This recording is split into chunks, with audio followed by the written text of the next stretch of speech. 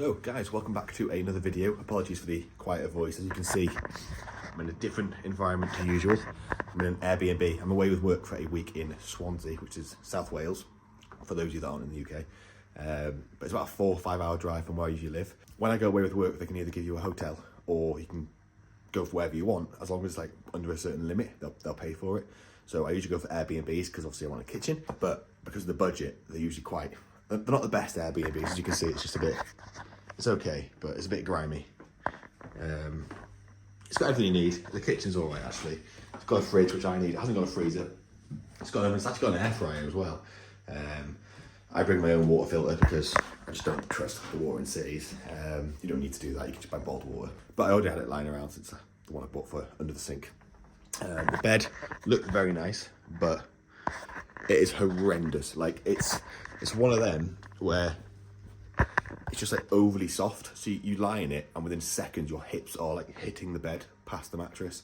So my sleep last night was horrendous. It's currently 5:02, so it's very early, which I wanted to be awake at this time anyway, but I must have got about 4 hours sleep, even though I was in bed for 8. In the bathroom, again, it's okay. A little bit grimy, but it does the trick, and I'd much rather that to a hotel, especially when I'm here for a week. If it was a few days, I could go to a hotel, I could bring my own meals, and I could figure it out, living out of a cool box or something. But when it's, I'm here now for a week, so I needed an air fryer. I needed an oven, but an air fryer is a bonus. But nothing changes really. As you guys know, when I train in the week, I train before work because after work, it's like 5 p.m. It's like the busiest time in the gym, and I can't be bothered waiting for machines when it's really busy. And also in the morning, you can take pre-workout and it'll be out your system before you go to bed. So it's quieter. I take pre-workout. When I'm training away, so like I'm here in Swansea for a week, I don't know what time I'll finish work, but I know I'll start work at 8:30. So because of that, I know that if I get training done in the morning, there's no worry during the day. So my advice to people that do train in the morning is hydrate. That's the first thing you need to do. Make sure, I've already had 1.5 litres of water. People don't hydrate enough. You feel a bit sick when you wake up, but just make sure you hydrate, whatever your normal amount is. You might not need 1.5 litres, I do. So I down that. If you have electrolytes, great. I have a gram of salt and a gram of low salt. And then you don't need food. Like if you're training first thing in the morning, you don't need food. But as you guys can see by the title of the video, I am quite high in food. I'm literally 2 weeks away from my first mini cut since prep, which I'm looking forward to. So this is probably the highest my food will get. It's not the highest my food's ever been, which is quite interesting because it's pretty much the highest my body weight's ever been. But I'm not complaining. My steps are low, my cardio's low, food's quite high. So I'm in a good place to start a mini cut. Digestion's in a good spot still, whereas last time I was on a lot higher food, I was just like ruined and full constantly. But because of that, I will have something to eat before I go and train. If you guys are in a diet, I would just literally use your last meal before bed as your pre-workout meal.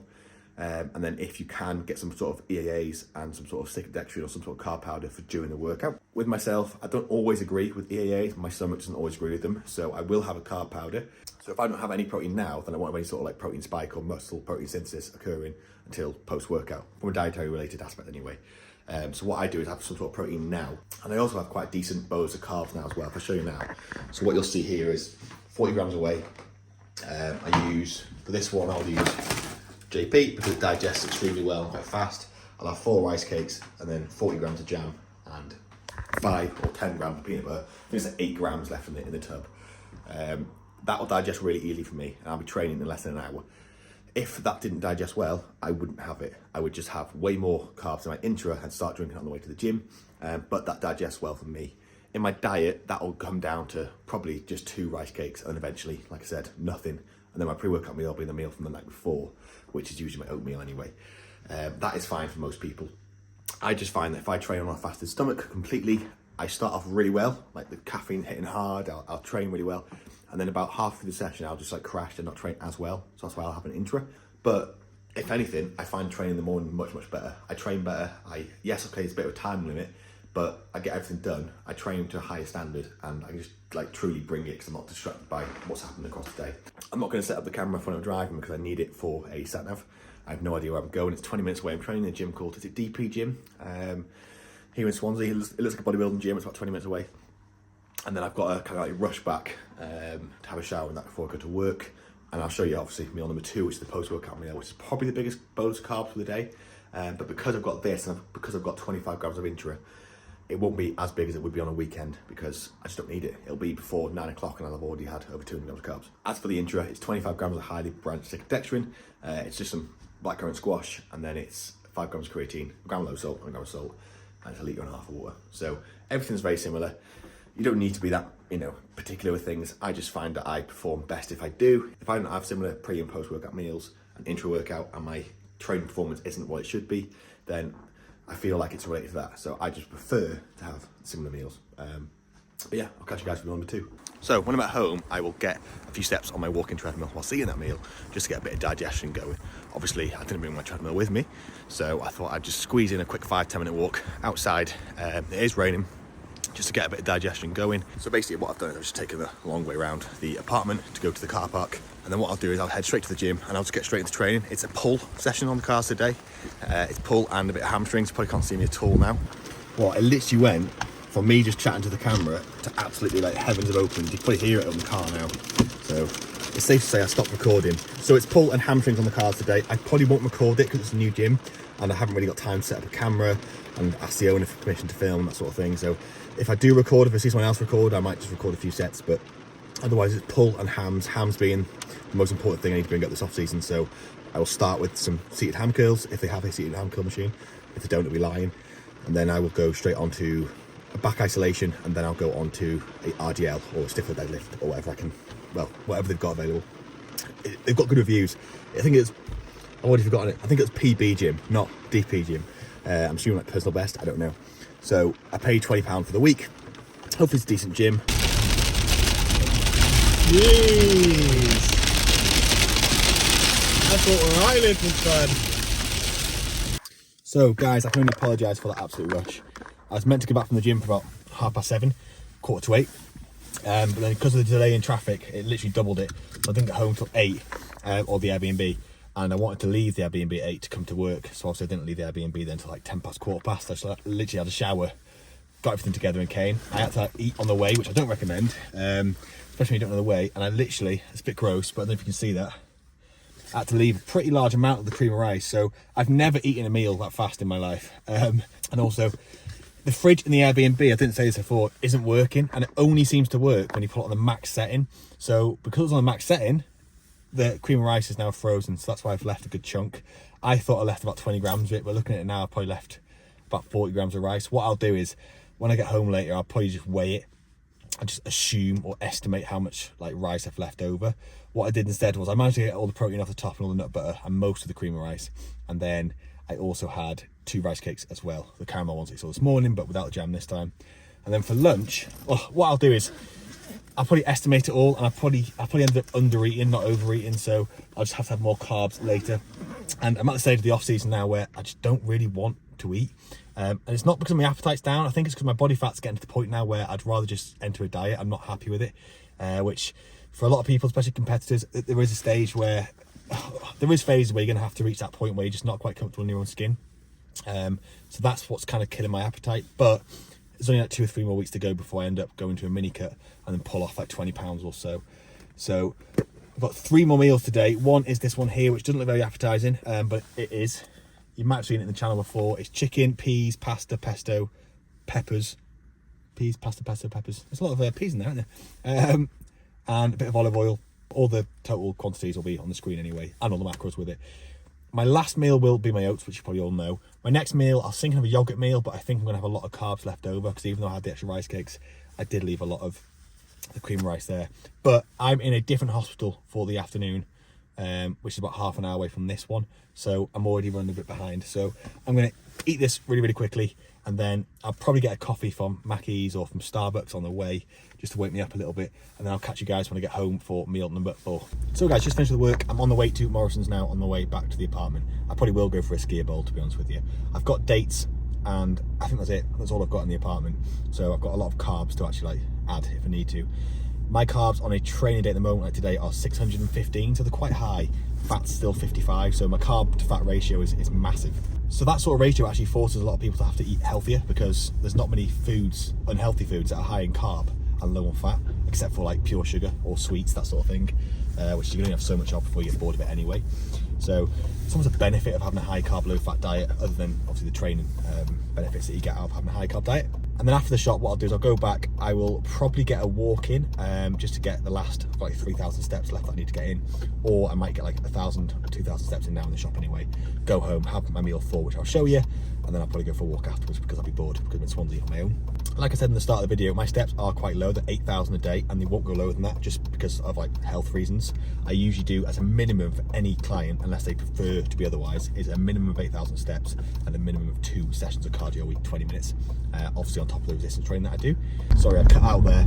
Yeah, so when I go less than that sort of expenditure level, I do notice a difference in my training performance. I kind of like gas out quicker on a set of squats or a set of leg movements, which I wouldn't otherwise. But then I do notice if I do more than that, especially in a diet, my recovery does start taking a hit. Steps I can get away with up to about 15,000 usually, but at the moment I have no reason to increase my steps. It would only mean eating more food. At the moment my appetite and everything's in a good spot. If my appetite was poorer, I'd probably actually increase steps to help digestion, but then obviously be cognizant of the fact that you might have to increase food a little bit, but usually like the extra appetite you get outweighs the extra calories required for the same rate of gain. So I'm going to nip to Morrison's now. I probably won't record anything, but I might show you everything that I get when I come back to the car.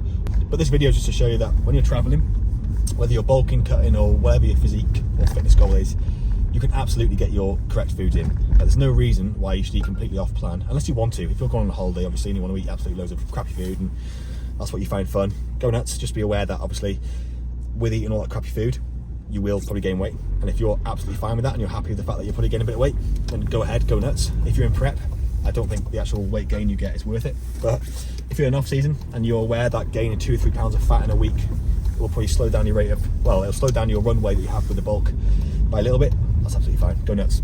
Just be aware that digestion might be a bit off when you come back.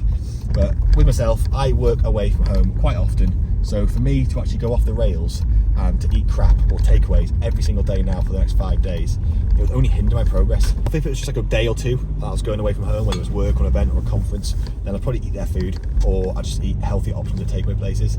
But because it's so long, I'd rather just not live on crappy food. Like even the healthy food from takeaway places does make me feel a bit groggy after a while, so I'd rather just eat my own food. If I was going on holiday, obviously it'd be a bit more junk food, a bit more fun food, but at the moment my appetite's not that high. I don't really crave any sort of crappy food. I'm quite happy eating what I normally eat. So anyway, that's enough of me nattering. I'm going to go to the shop and I'll catch you guys for meal number 4. So I know I said I'd catch you at meal number 3, and I basically lied. I've just been to Morrison's and I was thinking of what I could have in my yogurt meal that would make it like super carby, and it's already got dates in it, it's already got honey in it, it's already got oats in it, honey in it. So yeah, it's already really high in carb. I don't really want to like have extra rice cakes on the side, so I just saw these in Morrison's. It's just dried peaches, and yeah, like I'm at the stage of off season, like I said, where I could just kind of get away with junk food and eat it, and I was tempted to get Pop-Tarts because they're a similar calorie like allotment for 2 Pop-Tarts. For 2 Pop-Tarts, it's like nearly 400 calories. This whole bag, or 350, this whole bag is 330 calories, so calories are similar, but there is something to be said for like healthy food versus junk food in terms of how you feel, and then in turn how you perform. I used to have a lot of Pop-Tarts and a lot of like bagels pre and post workout and previous off seasons, and there's nothing wrong with them, especially like bagels. Like realistically, if my client tells me they're having lots of bagels, I'm fine with that as long as they get enough fiber and like micronutrients. Pop-Tarts, there is like, you will feel a bit crappy. I used to always feel a bit crappy. My digestion would always like go off a little bit after I eat them. I'd always want more of them, so it's very easy to overeat. Even in an off season, when my calories like 4,000 to 5,000 calories, I'd still overeat sometimes because of the Pop-Tarts. They weren't even that nice. It's just like there's chemicals in them that make you want more. They're made so that they're nice enough that you eat, but not so nice that you've had enough. So they're deliberately made like that just so you buy more. It's not because they want to, like, you know, it's not because the government want to make you fat, or maybe they do, but it's because they want you to buy more of them. And the actual benefit of that extra weight gain that I get from that compared to the weight gain I get from healthy food, I do personally notice a difference. Whether that's an actual thing, whether it really is making a difference in body composition, I just notice it. I notice a difference. I think the biggest reason is because my training performance is better when I eat healthier food, as long as you can digest it. Now, if you wanted a bit of off-plan food, that's fine, fit it in. If you want an off-plan day, that's fine, fit it in. And if you can't fit it in because you want like a big old cheat meal, go nuts. Just be aware that whatever your goals are, if it doesn't align, just be aware that it might slow it down a bit. I do have off-plan meals at least, I say at least, at the moment it's at most once a week with Faye. It was 1 to 2 times a week. Now it's like once a week if we can be bothered, because I don't crave like takeaways as much anymore. Like the more you can have them, the less you want them. Plus I'm 40 pounds up from stage. My body's had enough of weight gain. These peaches, I've never tried like dried peaches before. Oh, they're nice, but there's no way they're just peach. I got 90%. 96%, no, 87% peach, 11% sugar. So I can taste it. It's just like sweets, but they're a little bit healthier than normal sweets, I guess. I'll probably eat most of that bag. If not, I'll weigh it all out. But I'll probably eat it now on the way home, go back to the apartment, where I'll catch you guys. Finally, I think, for meal number 4. So like I said in the car before, it's actually really easy to get the food that you need in during the day, even if you are traveling. It is better if you have a kitchen. Like, obviously I've got an air fryer here in the Airbnb. I've got a fridge. I haven't got a freezer, which is annoying, although that's so cold it almost is a freezer. So just like work within your means. If you're staying in a hotel and you've got no access to any fridge or freezer, then get more foods on the go, or bring more foods with you, but get things that are high in protein, things that you can eat instantly that don't need to like wait around, so like packet fruit, or apples and bananas. It's just not being an idiot with things. Like, yes, you can get meal deals or Greggs or other whatever fast food joint you have around you. It's just making sure that you get things that are relatively healthy, as long as it's in line with your goals. Obviously if you're away on holiday it's a bit different, but if you're away with like a work trip or something and you don't really need to be eating junk food just because you're on your own eating junk food, then it's probably not worth it. What I've got from the shop today is nothing too exciting. I've got a sourdough loaf. I have a lot of sourdough on my rest days with eggs, so I'll have that with, as you probably guessed it, here's the eggs here. Although they were flying around in the car, so they're all good. I have got, show you here, frozen raspberries. Now, like I said, obviously the fridge is pretty cold, but it's not like freeze level cold. So I'll have half of them tonight, and then the other half will probably be defrosted by the time I have them tomorrow. Speaking of which, actually, I'm going to turn the fridge down. But like I said earlier in the video, you probably, I don't know if you can hear it on the phone, but if I turn it down, I have to use a fork. It just turns it off. Now, I'm hoping that when it gets warm enough, it will turn itself back on, because I'm actually going to turn it down more than that, because I can't have food that cold.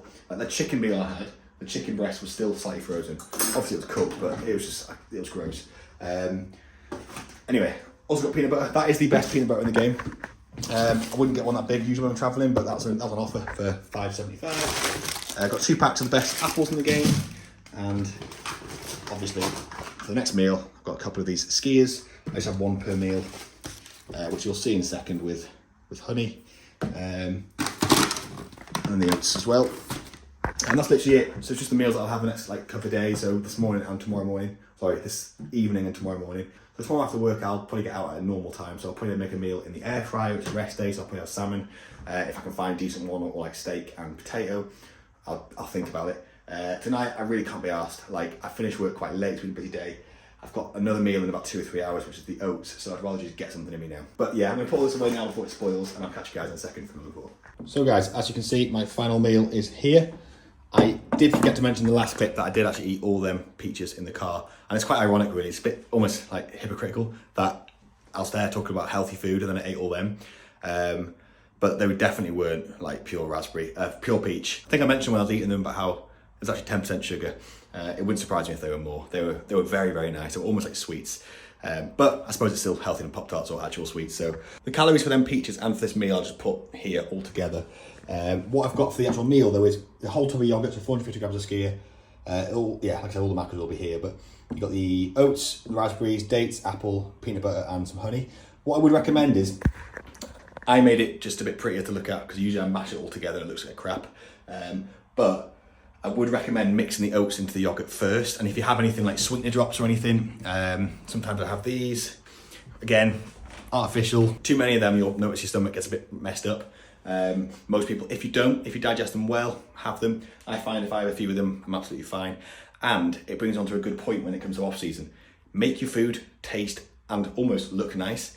Like when I mash it all together, I can eat it, but I've got some clients that just lose their appetite completely. So they have to make sure that they make the food look nice, because it makes it more appetizing to eat when it just looks nice. And also having a few flavor drops in that, having the honey on top, it just, A, gives me extra easy carbs, the honey, but it just makes it taste nice. Like if you were trying to have purely healthy chicken and rice, just yogurt with, plain fruit, It's nice, but in the off season when you're trying to push food quite high, you'll just struggle to eat it. So make your food taste nice. Like I said, most clients I recommend 80-20 rule, 20% you can eat a bit of junk food. I don't really eat much at all. Them peaches today were a bit of an exception. You could argue that the rice cakes and the jam are not unhealthy, but they're not necessarily unhealthy. They are processed, but it's just finding the balance. Find a balance that works for you. Try and get your fruit and veg in. I haven't had enough veg today. It's just that one meal that you saw for my lunch, but I'm not at home, so what can you do? I've got a lot of fruit with this meal, and then tomorrow, like I said, I like salmon and veg or something with the air fryer, if it even works. Judging by the rest of the apartment not working on me properly. I have got more work to do, so I'll probably do more work. It is a very boring video other than me just eating. That's why I'll probably just title it Full Day of Eating. But yeah, moral of the story is if you're traveling, you can still eat what you need to eat. So guys, for my last meal, I've got, as you all probably guessed it, I did say it earlier in the video as well, but it's oats. That last meal, the Pink Lady absolutely made it. So for one, if you're not getting Pink Ladies and you're having apples, I don't know what you're doing. Like the difference between the Pink Lady and the next best apple, let's say the Pink Lady's 10 out of 10, the next best apple is probably a 5. Like, Pink Ladies are just the absolute goat of apples. I don't care who tries to argue with me. Honeycrisp are pretty good, but Pink Ladies all the way. But they do cost an arm and a leg. Second thing, Pink Ladies from Morrison's, I've just found out, are the best Pink Ladies. They're just, well, they are here in Swansea anyway. They're just the best. They were super, super sweet. I don't know why I'm saying all this. I'm not even sponsored by Pink Lady Apple. I should be, because that would be a very, very good one, because I probably have like 2 of them a day. But this one I have oats, cream of rice as a mix because I prefer the combination of it. The peanut butter, which is the one you saw before, the best in the game. Dark chocolate, it's not 100% today, it's 90% because that's all I had left in the cupboard that I brought with me. I'm watching the goat of natural bodybuilding himself, AJ Morris, which most of you all know anyway, and if you don't, then definitely do. I'm gonna heat this up in the microwave now actually. The protein that I use in this is Perform. So you saw that the one I had in my pre-workout is JP Performance, which is here, which digests very, very well because it's got a bit of isolate in there, whereas Perform doesn't. It's a concentrate. I think you can get a Perform isolate, but I haven't tried it. But the downside to isolates like JP one is they just don't mix as well. They get very thin. You can use less water, but they also don't taste as nice.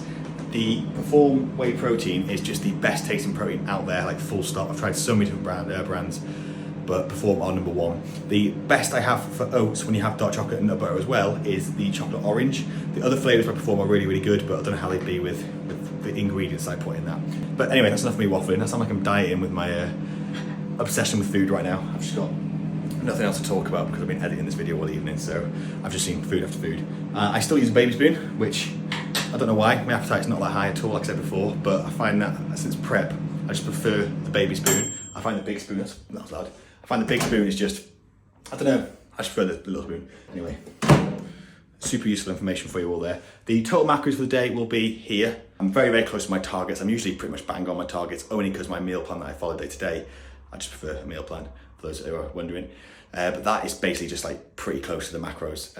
Obviously I'm away at the moment, so it's slightly up and down. I think my fat's over by about 3 grams and my carbs are a bit lower, so it's very minute. You will never notice that sort of difference in terms of like physique or performance. Usually my last meal, the yogurt meal, is the one that I'm most flexible with. That's the one I have with Faye. Obviously she's not here with me in Swansea, that's why I have the yogurt meal. My last meal is usually always the same. On a work day, my pre and post workout meals are the same. And then sometimes my lunches, that chicken and pasta meal, I'll just swap it out when I get bored. The other 3 meals, pre-post and this one, I just haven't swapped out since like basically prep.